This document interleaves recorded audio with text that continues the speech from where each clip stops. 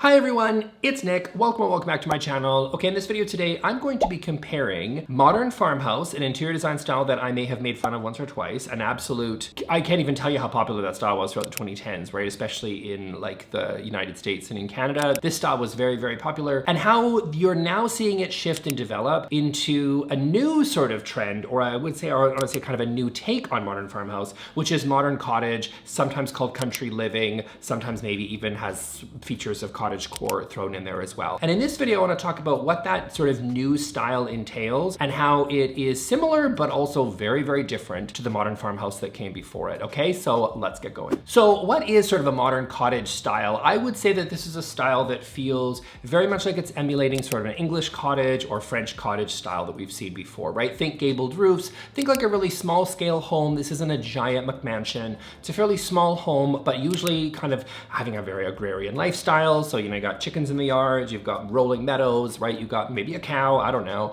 And you're on sort of a fairly big piece of land. And that's sort of that kind of style that you see. Very traditional, very worn in, very lived in, very practical, right? Not usually anything superfluous, nothing fancy. It's a very down to earth sort of practical style in a lot of ways. And it feels very real and authentic to people. And it sort of kind of emulates that back to the earth sort of lifestyle that we've seen before. And I think that's becoming increasingly popular, and we're going to talk about why in a second and what's driving this trend. But I do think that that's kind of the traditional sort of architecture that you see for this type of home. So you're seeing a lot of like traditional elements, right? So you've got a lot of vintage and antiques. You've got maybe rooms that have like a hearth. You might have a drawing room and a library. This usually speaks really well to sort of a broken concept, so traditional concept, so less sort of open floor plan that you've seen in the past. A lot of emphasis on backyard outdoor spaces. The kitchen would maybe have like a shaker style, could have maybe something of a modern layout, but you might also see some classic materials like wood or copper or stone being used, lots of brick, sort of really humble, basic materials that you've seen in the past that are generally quite affordable and hard wearing. Seeing those types of materials brought into a modern cottage or country living sort of style home is very popular. So, okay, I'm gonna talk about how this contrasts to modern farmhouse in a minute and how it's very different, but why is this, what's driving this trend, right? I think we need to talk about that really quick. I believe that this is people, are we just like fed up with capitalism? I don't know. Or is this just a new form of capitalism? Who knows? But I do think honestly, people are just burnt out. I don't know if it's a post-2020 situation. I don't know if it's just the political cultural environment. I don't know if it's AI and technology. I think maybe it's a little bit all in one. I think people are done with the doom scrolling, or at least they think they kind of are, and they're thinking, I need to just get out of here. I need to manage my stress levels. And that's why, if we saw this massive push into the cities, I think what we're seeing post-2020 is in some ways people are upright just like moving to the countryside, or at least emulating this lifestyle in a suburban environment because they might need to live in the suburbs for work or where their family is or what have you, that connection to the city, but trying to emulate this style in their own home so that they can create a space that feels really peaceful, it feels really practical, it feels really homey, and it sort of mimics that sort of simpler life that I think a lot of people are craving in light of today's crazy sort of environment that we see ourselves in. And we're also seeing this really push towards more of a community focus, which I really think is important. So, relying on your community, your neighbors, whether that's community gardens or whether that's sharing economy, whether that's, hobby gardens, all those sorts of things. I think, just going back to having more of a connection with that, touching grass is sort of, I think, really what's driving this. And we're seeing this big push for a lot of people. And again, some people are just completely uprooting their lifestyle and moving to the countryside. And a lot of people maybe are just trying to find ways to build this into their lifestyle a little bit more while still having that connection to a more urban environment. Okay, so that's this modern cottage country living sort of style. I'm using them a little bit interchangeably, which maybe isn't fair, but I do think that this overall sweeping trend that we're seeing, even cottagecore that was, has been popular for a few years, those trends are all kind of happening. I think context is really important. Like I said, I think a lot trying to duplicate this style in a downtown urban condo in Manhattan, for example, might not be the move because again, the context isn't there.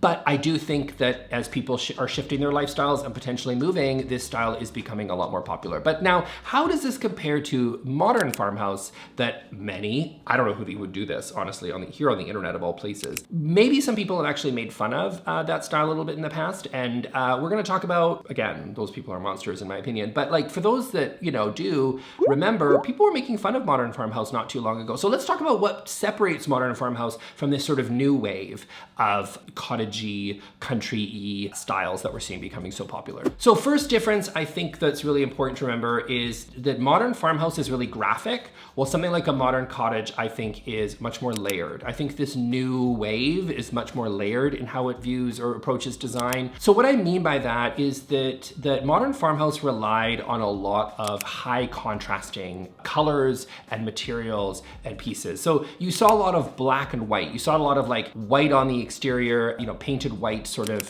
facade, and then you saw black windows, right? Or you saw like gray flooring, and then you saw like a lot of black modern farmhouse sort of light fixtures or plumbing fixtures, like the matte black faucets and all the rest of it. So really high contrast, really high drama. So compare that to something like modern cottage, where I think this approach now is a little bit more layered in how it's doing design, which is, I think, probably going to serve it quite well. So instead of seeing that contrast between black and white, you're starting to see much more tonal shifts happening. So you're seeing a lot more earthy colors, actually color, which is shocking, right? So you're seeing more earthy colors being brought in, might be terracotta reds, might be, you know, really like soft blues, might be even like dark navies or dark greens, where you're seeing a lot of that, you know, darker tones being used, right? We've seen the Ralph Lauren style become super popular, right? So a lot of those darker, moodier colors, a little bit more of those traditional patterns. You can see a lot of plaid being used, right? A lot of that, those traditional colors that we've seen, even just color in general being used a little bit more in this style, which I think does it a lot more favors. You're using a lot more tints and tones and shades of different colors, all sorts of different colors,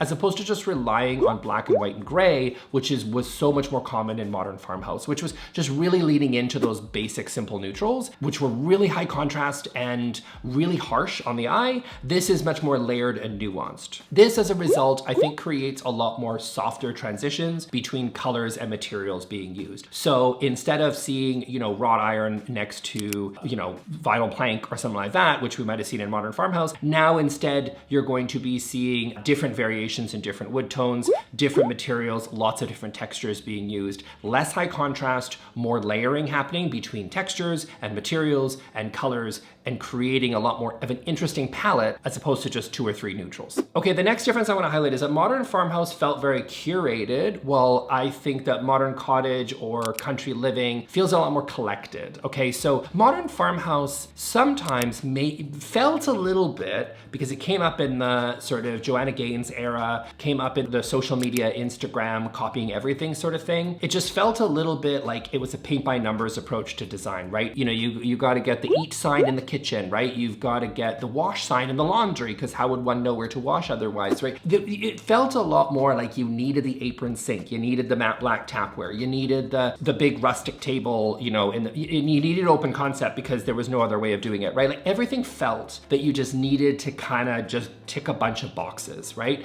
And I think that, I hope to see anyway, that this new iteration of people embracing, you know, modern cottage or whatever, it sort of feels like this might be a little bit more about collecting pieces as opposed to just picking pieces and curating what you need to fill space. So that means that, you know, shopping in antique stores, vintage stores, finding pieces that you really love over time. Things that feel more personal to you, maybe family photographs, maybe art that you make, maybe art that you find, art that you thrift, art that you buy from somebody who has more talent than you. I don't know, but like, finding that rather than just going with the live, laugh, love sign, right? It might be finding pieces that don't necessarily always match. So, you know, handmade ceramics or thrifted pieces, books that you really love, could be imperfect woods, right? I think that's really kind of important. I think eclectic style works really well when you're dealing with multiple different stains and wood species and things. So you might have walnut, you might have oak, but you might have something that's a little bit more rustic here and there. And it all kind of works because it fits that sort of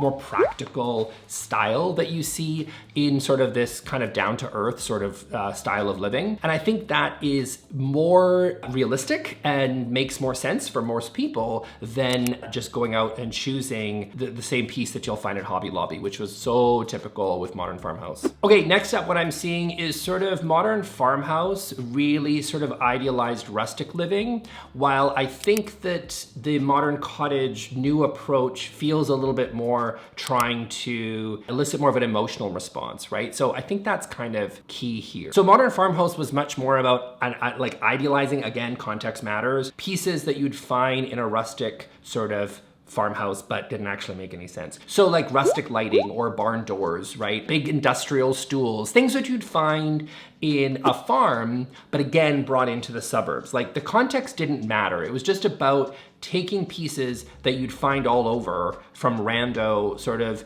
things that felt like they belonged in a barn or like they belonged in a farmhouse, and then taking that and superimposing it, putting it on top of your suburban setting, and just, you know, it was an idealization of things that were rustic or perceived as, and then just borrowing those and bringing them in. This doesn't feel the same way. I mean, obviously when done correctly. I think this style feels a little bit less about just pulling in random barn things, like sticking a hoe or a pitchfork and shoving it on a wall, and instead is sort of romanticizing more emotional warmth. So this is more about what does it mean to live the lifestyle of maybe not living on a farm, because that's not real, because by the way, the trad wives that you might be following on Instagram, that's not their real life, just so you know. It's a lot of work to live on a farm. I've never lived on one, but I can only imagine.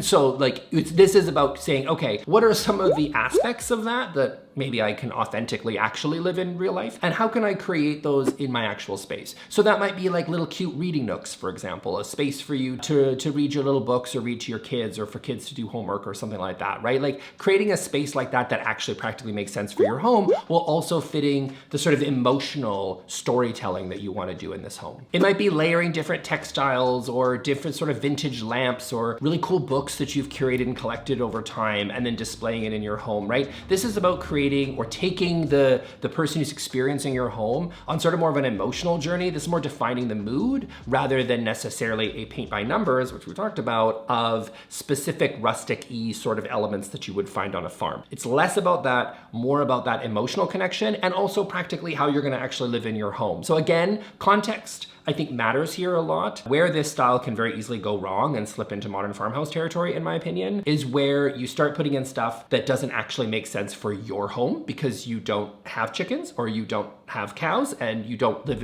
at a farm. And therefore it's like, okay, well, instead of bringing in random farm crap, why not this crap, if you live in a farm, I'm sure it's useful for you, but for other people that don't live on a farm, it is crap. And instead it's about curating things that are actually practical tools that you will use and things that you will actually use on a daily basis, and that you create that kind of emotional storytelling in your own space, which gives you kind of that vibe of something very laid back and hopefully less stimulating in our modern crazy world. Okay, the next up is perfection versus imperfection, or you could also call it imperfection versus manufactured imperfection, which is sometimes what we saw with modern farmhouse. So modern farmhouse, in my opinion, or my observation, I should say, was always trying to find the perfect thing that would just fit right there to give it the look. You know what I mean? Like the little chicken sign in the corner or whatever, right? Or it took rustic woods that weren't rustic, right? It was going to Wayfair and finding a distressed little dresser to put in your bedroom because it looked kind of farmy, because it looked like it was 100 years old,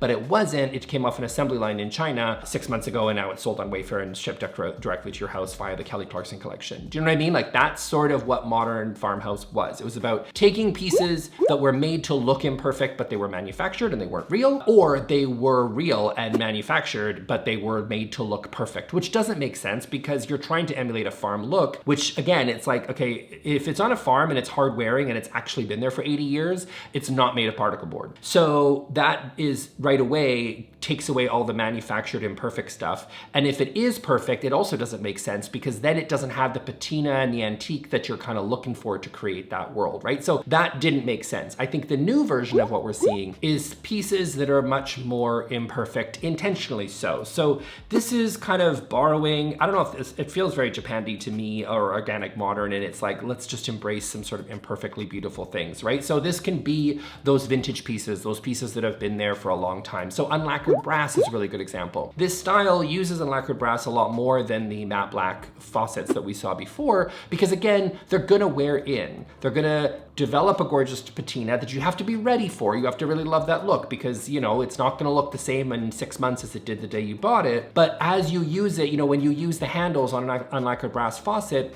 that part that you're handling every day is going to look different than the rest of the faucet that you're not touching, right? So it's going to change and it's gonna look a little model, it's not gonna look perfect, and that's part of the idea. That's what you're looking for in this style. You're trying to create something that does live in and patina over time. So if you have a leather stool, for example, or maybe a leather side chair. It's real leather because it's gonna take time for that to look more worn in. And that's really the look, and I think it probably makes a lot more sense if it's done well and it's done with quality pieces, because you're giving it time to wear, and that's going to more emulate that sort of cozy lived in sort of look that you're trying to go for. And if you can't take the time because you just want it now, then I would say buying antiques or vintage or thrifted pieces at estate sales or what have you is the way to go, because you're finding pieces that have already been around for 80 years. You don't have to wait 80 years for it to wear in and look really good. So you're seeing a lot more of those, right? You're seeing a lot more of those worn in leathers or that unlacquered brass, or finding little cute oil paintings or different things that you know, pieces of art that you have from, 60, 80, 100 years ago, whatever, that you can find, and bringing that into the home as art, as opposed to Eat, Pray, Love or whatever people were doing before.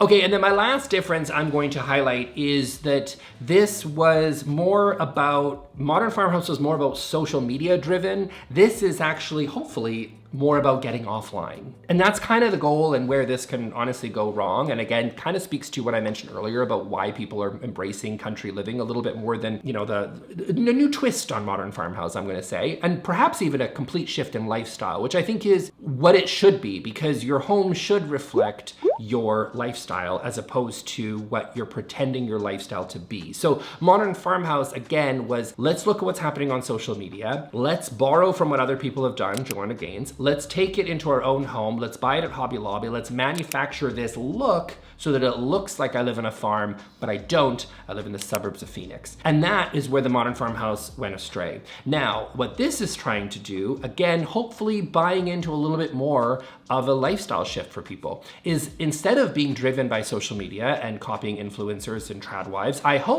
I don't know why I'm optimistic at this stage, but I hope that if people are doing this and they're doing it well, they're not just following the trad wives, but instead saying, okay, I'm actually trying to get off some social media. And I say this as a person who makes a living on YouTube, so everything but this channel.